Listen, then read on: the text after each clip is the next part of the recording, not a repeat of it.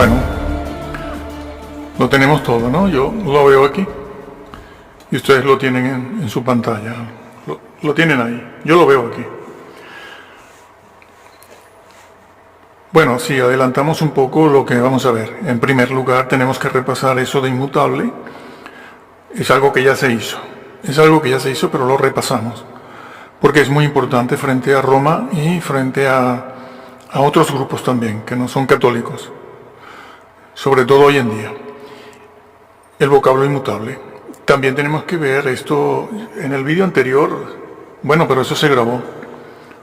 No sé, lo cortaron o no salió, está en otro vídeo.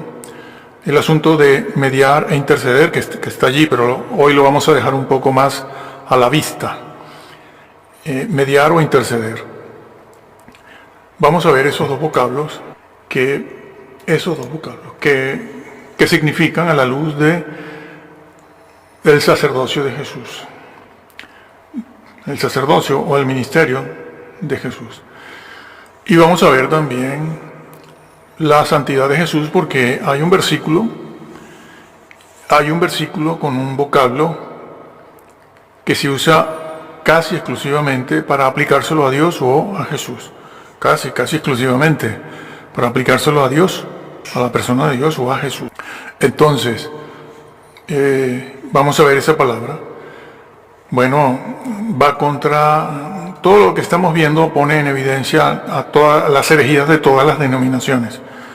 Aquí no estamos favoreciendo a ninguna, porque no estamos yendo a la historia. Nosotros no estamos sacando la doctrina desde la historia. Nosotros, ni de lo que dijeron estos señores, claro que no. Entonces voy a terminar creyendo lo que estos señores dijeron, que tuvieron muchas luchas entre ellos, muchas. Sí, señor, tenían inclinaciones, ahí está la historia para el que la quiera leer, pero la historia es muy, muy larga, larguísima. No terminarás nunca de leer toda la historia, nunca terminarás de hacerlo.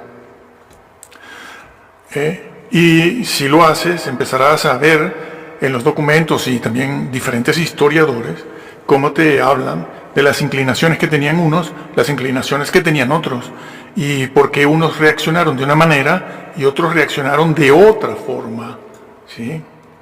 Y entonces, bueno, sí. Y por qué unos decidieron unas cosas y otros decidieron otras cosas. Y usted termina creyendo lo que estos señores dijeron y no lo que dice el Sagrado Libro. No lo que dice el Sagrado Libro, que lo tenemos por aquí. Habremos de ponerlo aquí, por si acaso. Que todo lo tenemos aquí, en pantalla. Todo lo tenemos ahí. Entonces, vamos a ver. Esto de la santidad va contra incluso la misma Roma.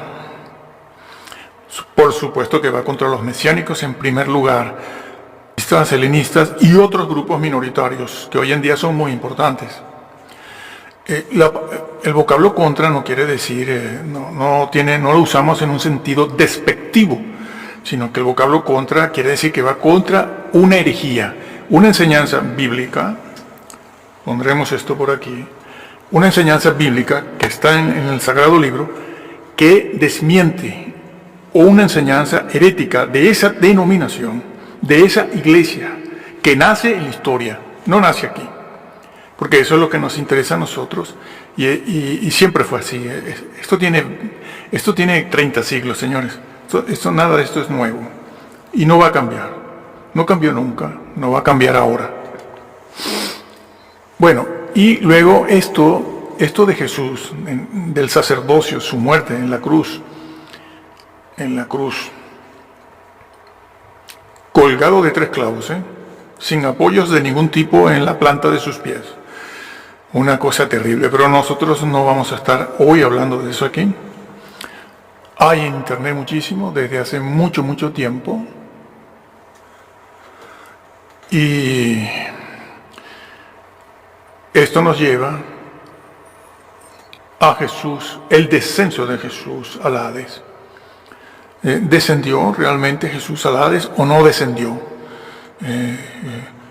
Bueno, el hecho de que por ahí aparezca la palabra infierno no niega la doctrina, porque si utiliza la palabra infierno, ya que es de de origen latino y nosotros lo entendemos mejor como infierno, pero es el Hades. Bueno, pero el Hades es un lugar de condenación. Ya estaremos viendo eso de que hay dos partes, dos lugares en el Hades. El paraíso, el seno de Abraham, que es el paraíso, y la parte esa, vamos a llamarla mala, del Hades, de la condena, donde están los condenados, los no salvos, vaya. Y no es, precisamente iba a decirlo, el Tártaro, el abismo. El Hades no es el abismo. El abismo todavía en una parte está más baja, inferior, subsuelo, no el subsuelo este que está aquí, sino una parte mucha más profunda. Sí, bueno, no, el vocablo tártaro aparece en la Biblia. Está en Segunda de Pedro. Bueno, hay que ver lo que significa tártaro, el origen y por qué lo escribieron. Así que vamos a estar viendo eso en detalle lo vamos a ver. Sí, señor. ¿Y qué dijeron en el siglo XVI? ¿Y qué dijeron en el siglo II, I, III y IV? ¿Y por qué? Bueno, vamos a estar viendo eso. Señores, están creyendo cosas, muchas herejías que les impide entrar en el reino. Porque se hacen cómplices. Claro, se hacen cómplices. Bueno, entonces comenzamos, vamos a recordar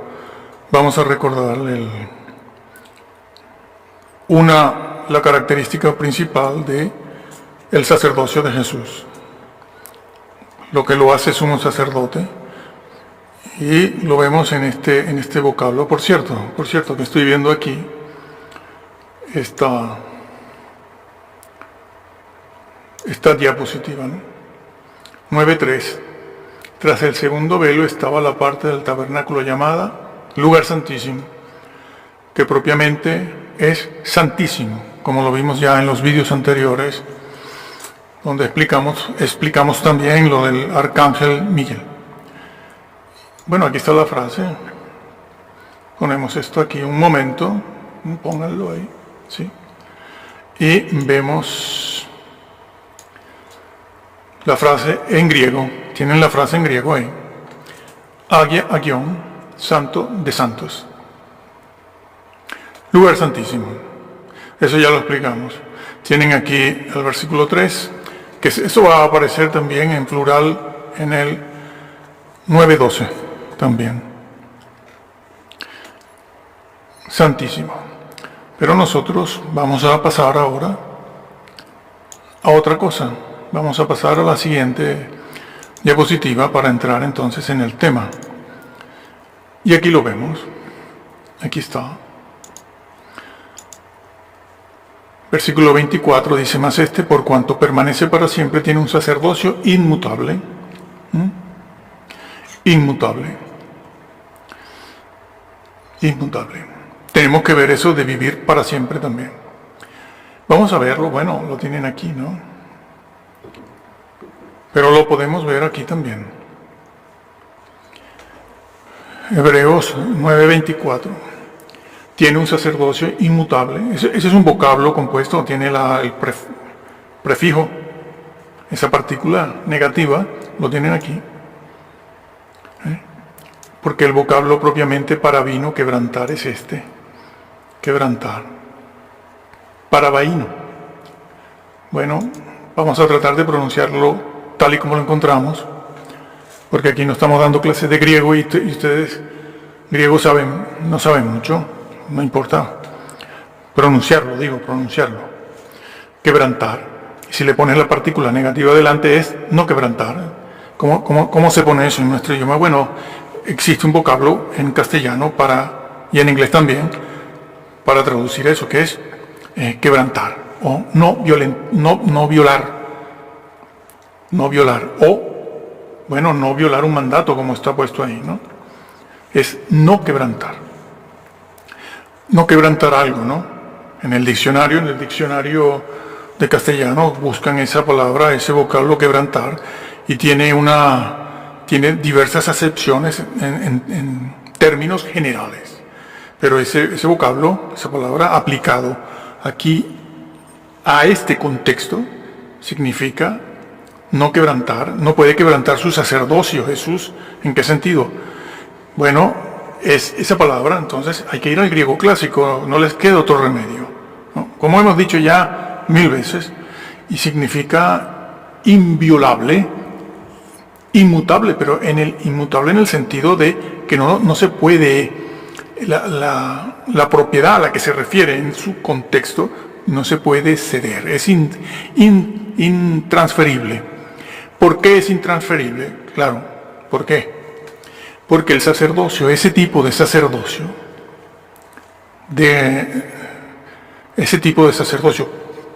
no se cede, ni se da, ni se regala. Eso es falso por parte de Roma y de otros grupos. El sacerdocio que sirve para interceder y mediar en el lugar santísimo, a la diestra del Padre, es un sacerdocio que se adquiere, se consigue. No se regala, no se da, no se cede, no, se ha de ganar. ¿Cómo? Como lo hizo Jesús.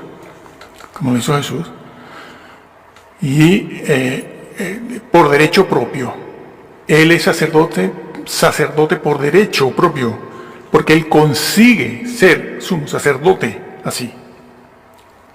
Lo consigue. Y es una cosa propia de él. Y es un término de carácter jurídico, como ya les expliqué la vez pasada. En los vídeos anteriores está, ¿no? En uno de los 4, 5, 6 últimos.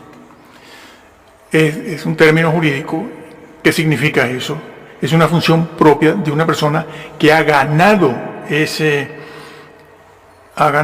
don, o ha ganado esa situación, esa condición, esa posición. La ha ganado a través de haber cumplido con una serie de requisitos. Solo Jesús es el único ser humano que ha ganado eso. Más nadie. Y es un derecho propio que no lo puede ceder. Porque lo que significa la palabra es eso, es intransmisible, ponen allí. Bueno, yo les puse nuestra palabra más común, que es intransferible, no se puede ceder. Y no se puede ceder por eso. La gran pregunta es, ¿cuáles son las condiciones? ¿Cuáles son los requisitos? ¿Y por qué no se puede ceder? Bueno, ahora pasamos a ese punto, pero estamos viendo ya que el idioma griego, como fue inspirada la Biblia, no te permite sacar una doctrina si no es esta. Eso has de respetarlo, porque si no, te vas a ir a lo que dijo un señor en el siglo V, o en el VI, o en el XV, o en el XVI, sobre todo el XVI. Pero en los siglos anteriores también hubieron señores, monjes muy piadosos, claro, es que si no tiene apariencia de piedad, no engaña a nadie. Además, Pablo se lo advirtió a Timoteo, que en los días finales de los últimos tiempos, es lo que es la idea del griego allí en 1 Timoteo, días finales de los últimos tiempos, dentro de la iglesia, personas, hombre, que si no es dentro de la iglesia no tiene apariencia de piedad. Dios mío, por Dios. Tienen apariencia de piedad, según lo que él dice en 2 Timoteo, capítulo 3, porque están dentro de la iglesia. Entonces Pablo le dice a Timoteo, apártate de esos, están ahí ya. Habían algunos allí así, pero al final de los tiempos eso será abrumadoramente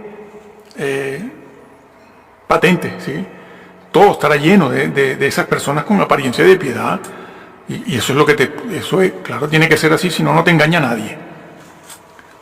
A menos que sea satánico, o sea cizaña, entonces sí, porque el satánico busca estar bajo el paraguas de Satanás, y la cizaña también. El trigo corrompido también se pega, como tantas veces hemos dicho. Entonces, lo tienen aquí, ¿no? Ahí está. Aparece solo 2 veces en el Nuevo Testamento, prácticamente. Aquí está. Ahí. Entonces, significa eso, porque es intransferible. O sea, no se puede ceder, porque tiene un carácter jurídico, esa realidad, la realidad a la que se refiere. Y vamos a ver entonces, a pasar a ver eso, porque es un sacerdocio que se tenía que ganar, y no se puede ceder, porque es un sacerdocio que funciona bajo esas condiciones. Vamos a verlas, vamos a ver esas condiciones, cuáles son. Pero no puedes venir aquí y después elaborar una doctrina diferente. Decir, no, sacerdotes, somos sacerdotes y mediadores, intercesores, hay muchos. No pasa nada. Estás violando la revelación de Dios.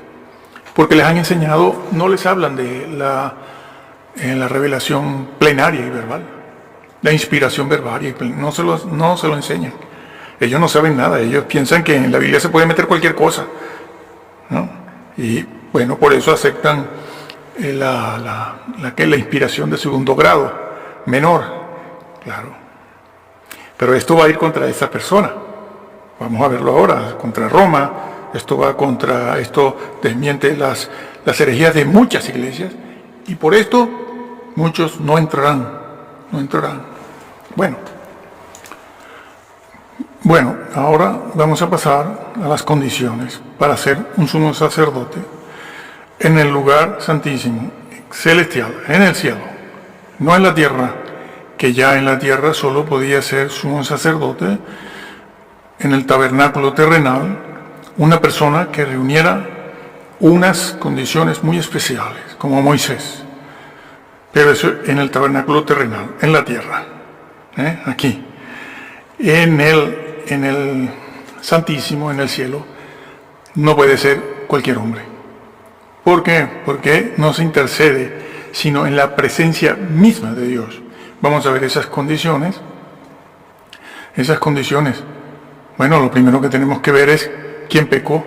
O sea, ¿quién pecó en el Edén? Rápidamente, porque eso ya lo vimos también en el pasado. ¿Quién pecó? Pecó un hombre, no pecó un arcángel. No pecó un arcángel. Pecó fue un hombre. Sí, señor. Bueno, entonces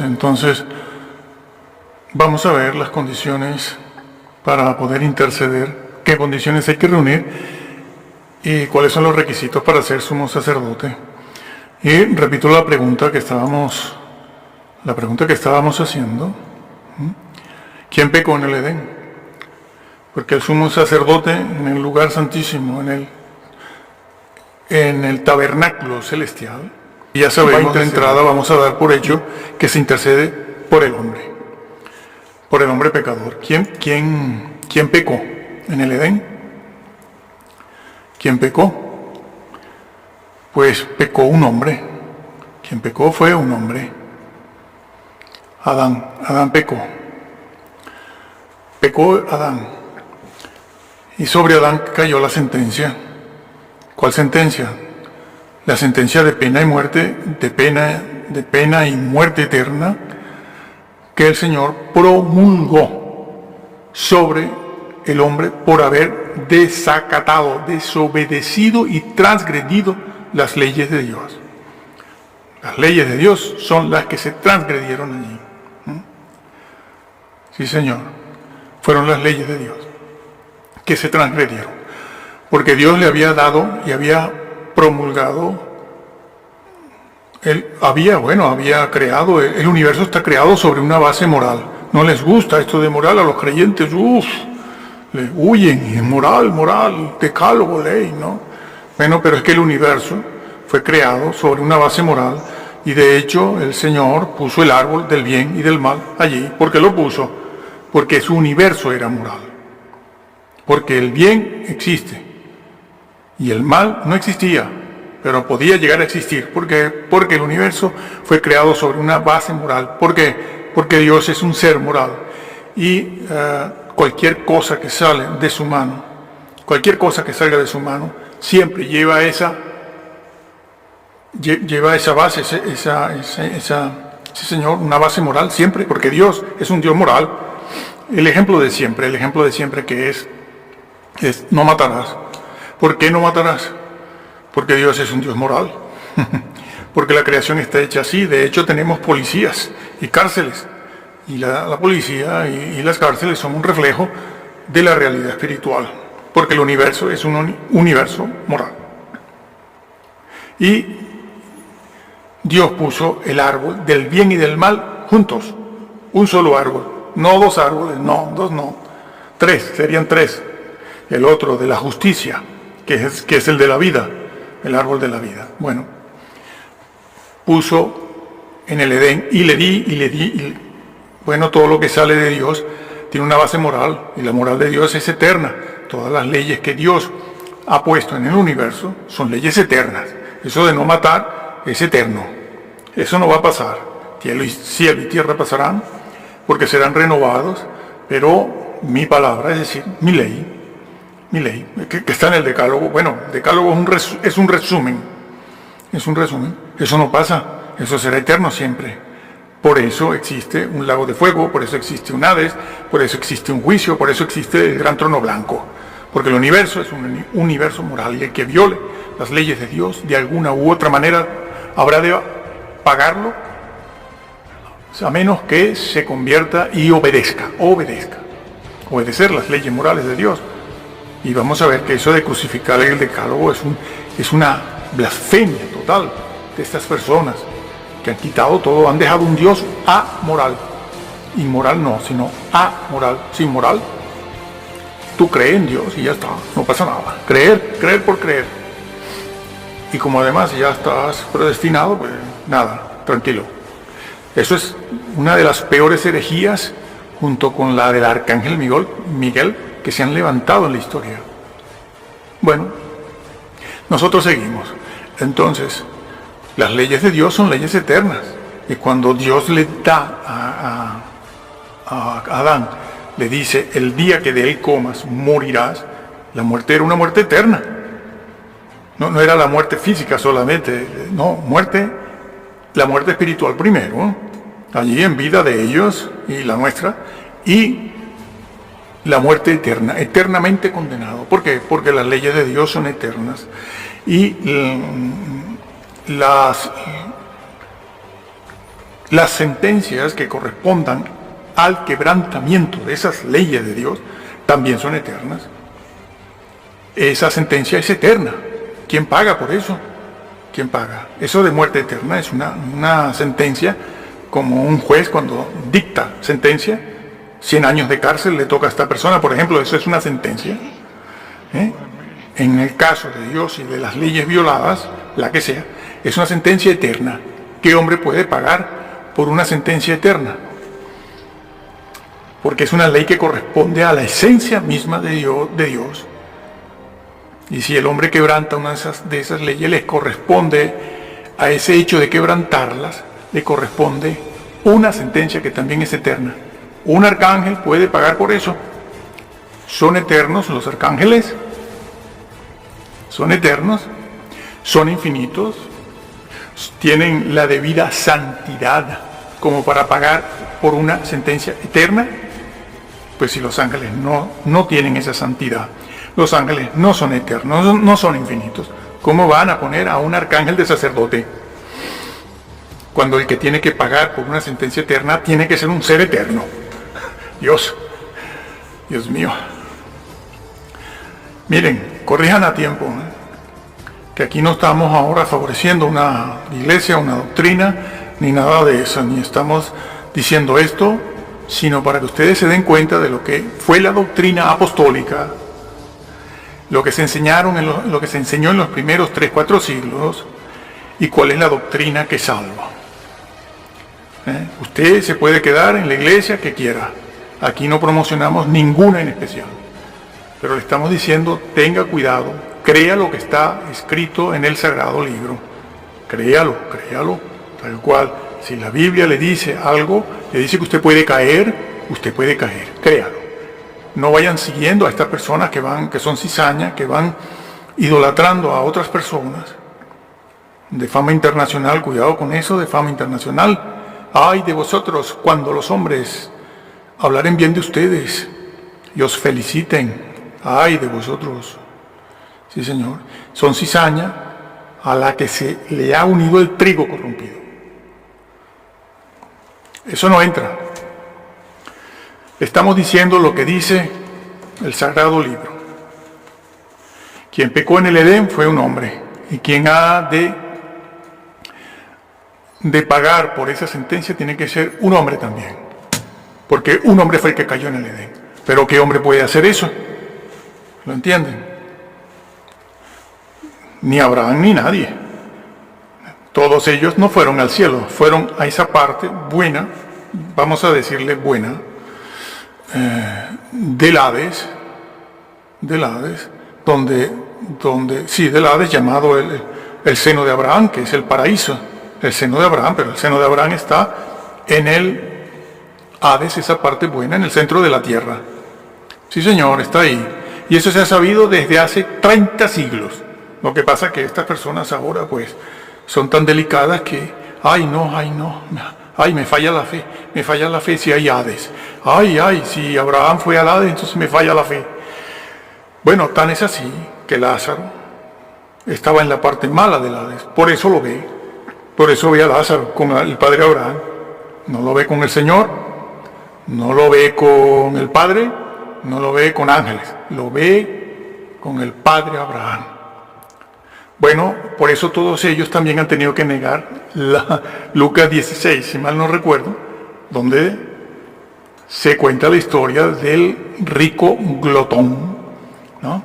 El rico glotón que ve a Lázaro, lo puede ver, porque estaban el Hades, el paraíso del seno de Abraham, que es el paraíso. Eso lo contó Jesús, sale de su boquita, sale de su boca.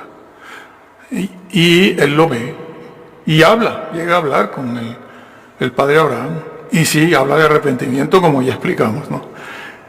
Un distintivo, sí, distintivo, una señal típica, clásica del mensaje evangélico que trajo Cristo, el arrepentimiento. Sí, pero resulta que eso viene del Antiguo también. Entonces, señores, ¿quién puede pagar por esa sentencia? Tiene que ser un ser del mismo nivel de Dios para poder saldar esa deuda. Claro, saldar esa deuda. ¿Por qué? Porque es una sentencia eterna e infinita. Han violado leyes que son eternas y ha de pagar un ser con esas mismas características eternas. ¿Quién reúne esas condiciones? Ningún ser humano, ningún ser angelical. Solo hay un hombre que hizo eso posible. Y vamos a ver cómo es eso. Se llama Jesús, el Hijo de Dios. Bueno, lo vemos en el próximo, ¿no? En el próximo video.